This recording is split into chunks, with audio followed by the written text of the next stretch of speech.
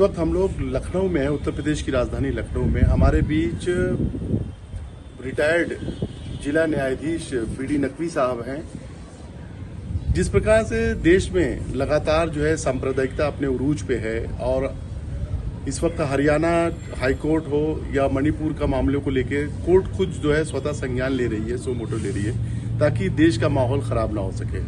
ऐसे में हमारे बीच जो है खुद न्याय व्यवस्था से जुड़े हुए कई फैसलों को इन्होंने जो है दिया है और किस तरह से संविधान की सुरक्षा की जा सके, लोगों के राइट्स को जो है सिक्योर किया जा सके।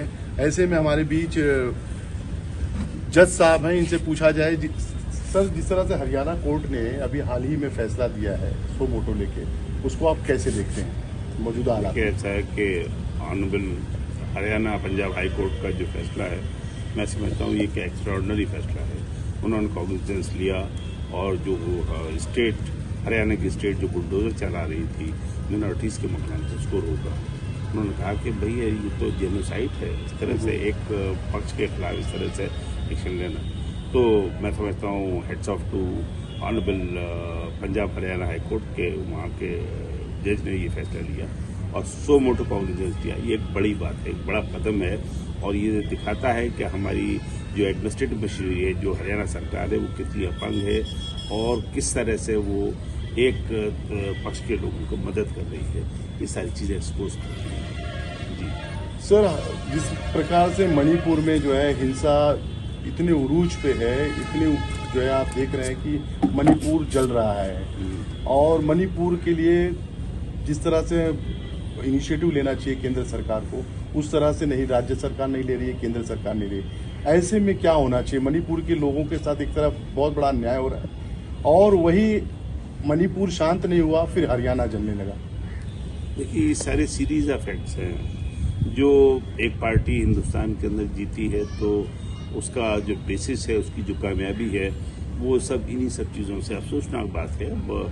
हम लोगों को जुडिशियल पेरिफेरी से बाहर जाकर बात करनी पड़ रही है क्योंकि हिंदुस्तान एक जमहूरी मुल्क है, एक सेकुलर कंट्री है जिसको हम कहते हैं, जो हमारा आईन है, जो हमारा संविधान है।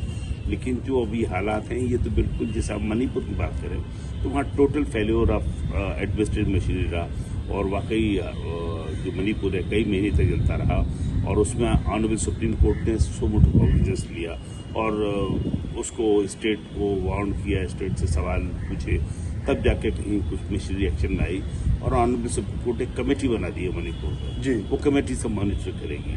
तो अब देखते हैं कि वो कमेटी क्या करती है और एडमिनिस्ट्रेटिव अथॉरिटीज़ को उसको कितना कोऑपरेट करती है, ये तो ऑनरेबल सुप्रीम कोर्ट ही देखेगा। लेकिन ये बिल्कुल एनार्की थी, total failure of total breakdown of law and order in Manipur जो हमने देखा, जो वीडियोस देखे, जो हालत हुई है, वहाँ कई सौ लोग मारे गए हैं ऑफिशियली। तो मणिपुर में भी यही हुआ और हरियाणा में भी हमने ये देखा कि हरियाणा हाई कोर्ट ने भी इस तरह का सो मोटो एक्शन लिया। तो इससे इस तरह की जो जुडिशियल एक्शन है, एक तरफ हमें मायूस भी करते हैं सरकार की तरफ से और हमें एक उम्मीद की किरण भी पैदा करते हैं जुडिशियल अथॉरिटीज़ की तरफ से। तो जुडिशियल अथॉरिटी कितना रेस्टोर कर सकती है, उनकी भी अपनी लिमिटेशन है। लेकिन हाँ, चलिए, कुछ हो रहा है। हम क्रिटिकल फेज से गुजर रहे हैं, हम तारीख के बदतरीन दौर से गुजर रहे हैं कि जब कम्युनलिज्म को बढ़ाने के लिए कुछ एजेंसीज अपना काम कर रही हैं, स्पॉन्सर कर रही हैं और उस ताकि एक पॉलिटिकल गेम में फ़ायदा उठाया जाए और पोलराइजेशन ऑफ वोट्स हिंदुस्तान में किया जाए। ये सारे एक्शंस टारगेटेड हैं, ये सारे एक्शन स्पॉन्सर्ड हैं और ये सारे एक्शन जो मुझे लगता है कि ये सब एक पर्टिकुलर ऑब्जेक्टिव को पाने के लिए, एक इलेक्शन को जीतने के लिए ये कोशिश है। सर, संवैधानिक पद पे बैठे हुए हैं, अभी हाल ही में प्रदेश के मुखिया, खासकर उत्तर प्रदेश के मुख्यमंत्री योगी आदित्यनाथ जी कहते हैं एक डिबेट में कि ज्ञानव्यापी मस्जिद को मस्जिद न कहो।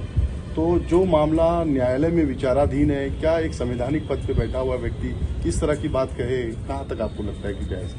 देखिए, ये तो बहुत ही अफसोसनाक है कि हमारे ऑनरेबल चीफ मिनिस्टर ने इस तरह से कहा मस्जिद को मस्जिद न करो। तो भाई, अगर मस्जिद नहीं है तो फिर वहाँ सारे चीज़ें क्यों हुई, क्यों केस फाइल किया गया, क्यों वहाँ सर्वे हो रहा है, क्या ज़रूरत है अगर वो मस्जिद है ही नहीं और बहरहाल कॉन्स्टिट्यूशन पदों पर बैठे हुए लोगों को इस बात का ख्याल रखना चाहिए। एक अच्छा मैसेज नहीं जाता कंट्री के अंदर, और उनको धर्म को और स्टेट को थोड़ा सेपरेट करने की ज़रूरत है। हमें हमारे सिस्टम को इस तरह ठीक करना होगा कि अगर आप किसी धर्म की पोस्ट पर हैं तो आप स्टेट की पोस्ट पर नहीं रह सकते। ऐसे मुझे लगता है कि आने वाले वक्त में कुछ ना कुछ हम लीगली कोई लीगल मैकेनिज्म डिवाइस करेंगे कि जिससे हम आगे बढ़ सकें। जैसे कि यूरोप में हुआ, वहाँ क्लर्जी को स्टेट को सेपरेट किया गया, तब यूरोप ने तरक्की करी।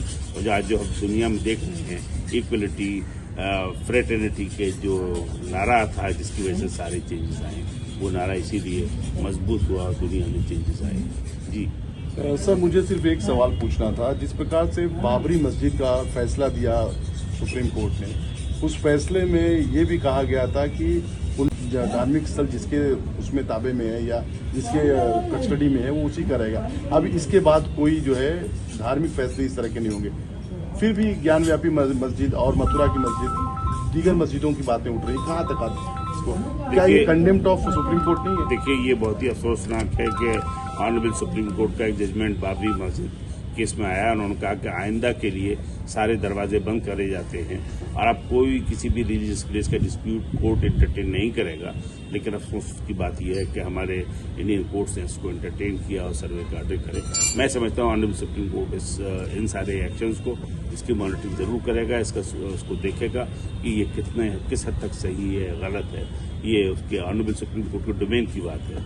मेरी तो ये राय है कि ऑनरेबल सुप्रीम कोर्ट की जजमेंट का कॉन्टेम्प्ट है और कंटेम्प्ट में कार्रवाई होनी चाहिए और कंटेम्प्ट में सारी जुडिशियल जो प्रोसेस है उस पर रोक लग जाना चाहिए, वो सब कुछ स्टे हो जाना चाहिए, उसकी कोई जरूरत नहीं। जी नकवी साहब, मैं ये जानना चाहता था कि जिस प्रकार से मुख्यमंत्री हो या मंत्रीगण हो, वो धार्मिक जो है ध्रुवीकरण कर रहे हैं तो समझ में आता है, लेकिन भी हाल ही में आरपीएफ का एक जवान जो है अपने सीनियर को गोली मारता है और डिफरेंट कंपार्टमेंट में जाके टोपी और दाढ़ी देख के लोगों को गोली मारता है और कहता है मोदी और योगी कहना होगा।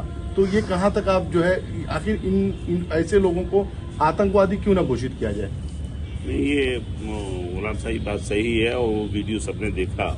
और जो सिपाही था आरपीएफ का, उसने 4 लोगों का ब्रूटल मर्डर कर दिया और उसको इस तरह से कहना कि सब वो मेंटल केस है, मुझे तो नहीं लगता, क्योंकि उसने अपने बॉस को मारा, उसके बाद उसको कपट में टारगेट कर रहा है। इसका मतलब उसके अंदर समझ है वो एक ही कम्युनिटी के लोग मरने वाले क्यों हैं। अगर वो वाकई इंसेन था तो वो किसी भी लोगों को गोली से मार सकता था। जी। तो मैं ही समझता हूँ कि वो बिल्कुल सेन था और उसका ट्रायल जो है एक आतंकवादी की तरह ही होना चाहिए और जो भी कड़े से कड़े कानून हो उस पर अप्लाई करना चाहिए। मैं समझता हूँ उसको बचाना एक जुर्म है। सर, आप एक रिटायर्ड जज हैं, खासकर जो है हमारे चैनल के माध्यम से न्यायालय के जो जज हैं, जो न्यायाधीश हैं, उनको क्या अपील करना चाहेंगे जिस तरह से हमारे भारत का जो है सांप्रदायिक सौहार्द बना रहे, सलामत रहे? देखिए, मुझे पीजे अब्दुल कलाम साहब की बात जो है वो याद आ रही है। उन्होंने एक जजेस के सेमिनार में एक तकरीर की जो honourable high court, supreme court सारे जजेस को एड्रेस कर रहे थे। तो उन्होंने एक रेफरेंस दिया कि उन्होंने कहा कि मेरी भतीजी ने पूछा कि मैं जज बनना चाहती हूँ तो मुझे क्या करना चाहिए। तो उन्होंने कहा था पहले एक अच्छा इंसान बनो। एक जज को पहले अच्छा इंसान बनना चाहिए, तभी वो एक अच्छा जज हो सकता है और अपने कॉन्शियस से वो काम करे। अगर वो अपने कॉन्शियस से काम करेगा तो फैसले सही होंगे और कमजोर को इंसाफ मिलेगा। जो हमारा थीम है, हमारा ऑब्जेक्टिव है, हमारा प्रीएम्बल ये कहता है कि जस्टिस इक्वल होना चाहिए, इक्वलिटी होना चाहिए, उसके अंदर पार्शियलिटी नहीं होना चाहिए और जस्टिस वो इकोनॉमिकल, पॉलिटिकल, सोशल होना चाहिए। हम एक ऐसा जस्टिस चाहते हैं और हम एक वेलफेयर स्टेट की कल्पना करते हैं, इसलिए हमें जो है वो उसी अंदाज से काम करना चाहिए ताकि सबको जाए। मौजूदा हाल में जिस प्रकार से जो है सर्वोच्च न्यायालय के न्यायाधीश जो है हस्तक्षेप कर रहे हैं, स्वतः संज्ञान ले रहे हैं, तो इसमें आप क्या कहेंगे? हम सब उनका तहे दिल से उनको वेलकम करते हैं, वो इसी तरह काम करते रहें तो शायद हिंदुस्तान के अंदर हम लोगों में एक अच्छी सोच और एक अच्छी समझ पैदा होगी। हम समझ पाएंगे, सोच पाएंगे और आवाम को भी जुडिशियल होना पड़ेगा। हिंदुस्तान के आवाम को भी अपना कम्युनल बायस, अपना कास्ट बायस, अपना सोशल बायस को छोड़ना होगा, तभी एक बेहतर समाज की हम कल्पना कर सकते हैं और बेहतर मुल्क और एक मजबूत मुल्क की कल्पना कर सकते हैं।